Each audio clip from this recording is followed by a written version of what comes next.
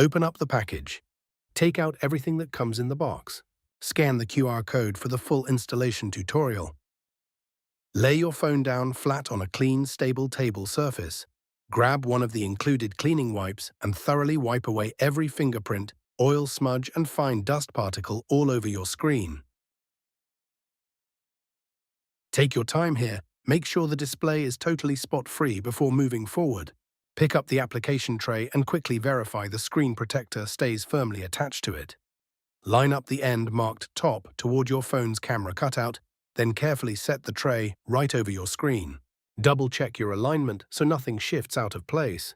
Grip the dust removal tray firmly on both sides. Now don't press down on top of it. Fastly pull the dust removal tab straight down and the tray will handle the rest to apply the screen protector automatically. Once the installation is fully finished, gently separate the top part of the tray from the screen protector. Lift the whole tray off first, then peel off the thin release film. Go ahead and inspect the screen for trapped air bubbles. If any show up, take the squeegee and work those bubbles slowly out toward the edges of the display. This kit comes with 2 screen protectors for replacements. When you're ready to install the second one, clip the top and bottom tabs of the new protector into the matching slots on the application tray.